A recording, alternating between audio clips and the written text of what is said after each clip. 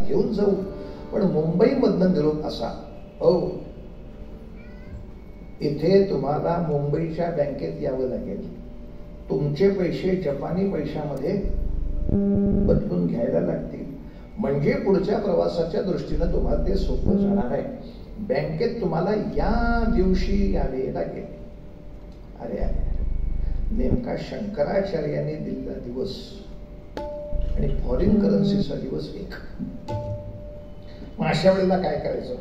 काय करणार? हा चेहरा आयुष्यात करायचाच नाही. काय करायचं?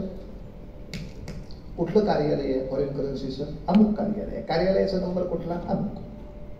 पूर्वीच्या काळी ते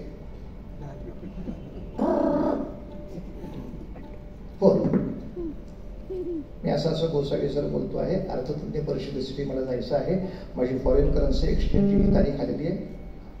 काही वेगळं बोलायचं गरज नाही. मला शंकराचार्यांना भेटायला जाण्याची तीव्र इच्छा आहे. ते या ठिकाणी अशी अशी आहेत, तेव्हा मला तारीख बदलून किंवा ह्याच्यामध्ये काही सोय मिळेल का? जो ऐकतोय तो आपलाच विद्यार्थी.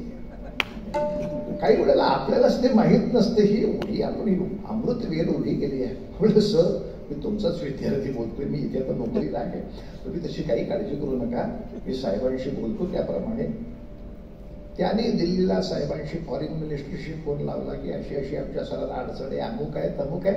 असं उद्या म्हणले तारखा कुठे घेत आहे? परदेशी जाण्यापूर्वी एक दिवस या, सही करून फॉरेन करन्सी घेऊन जा. 5 मिनिटांनी वासुदेव तीव्र इच्छा